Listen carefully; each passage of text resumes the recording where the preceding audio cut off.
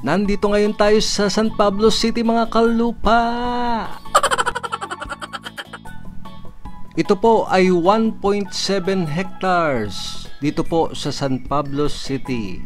Ang kanya pong frontage ay 20 meters. At ito po, pinapasok po natin yung area. Pasok po dito ang 4 wheels. At kung gusto po nyong pagandahin, pwede po. Matigas po yung lupa, kayang-kaya pong pasukin ng kahit anong 4 wheels po ito.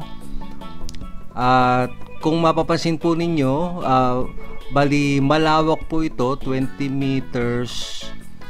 At ito po ay yung pasukan 20 meters, pero yung kalawakan po, ayun, napakalawak po nun kasi nga po 1.7 hectares. At ang mga tanim po dito ay lansones at niyog ang karamihan.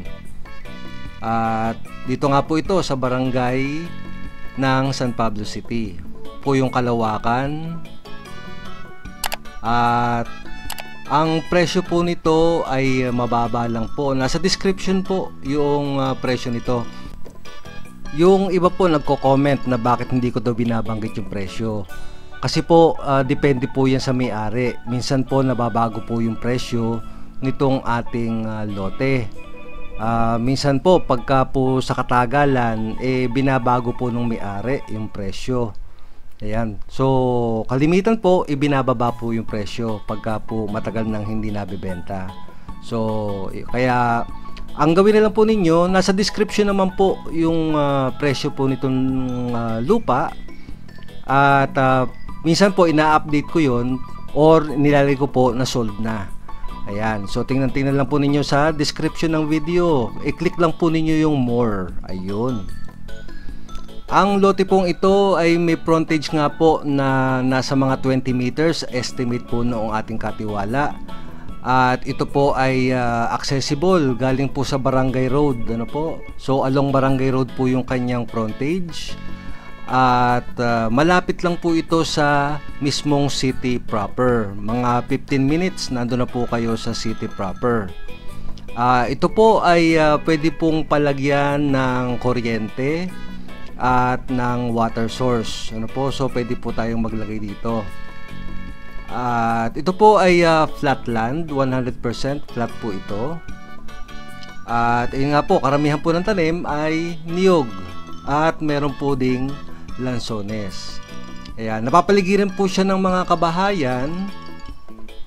So hindi kayo malulungkot dito, marami kayong kapitbahay.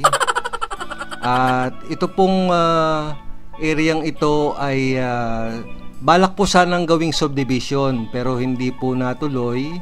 At ito nga po ibinebenta na lang ng buo, 1.7 hectares po ito. Ayan, so kung kayo naman po ay may ibinebentang lupa, mga idle land, ay pwede po nyo akong kontakin. Diyan po sa nakikita nyo sa screen ang aking WhatsApp or Viber.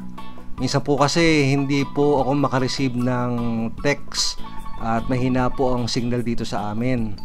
Ayan, lalo na po pag nasa bahay po ako, nasa kwarto. Ayan, so sa Viber at WhatsApp na lang po para sigurado ko po kayong masasagot agad. Ayan.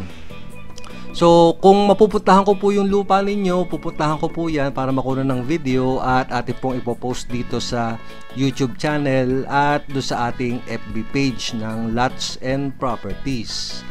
Kung malayo naman po, pwede po nating gawa ng paraan yan.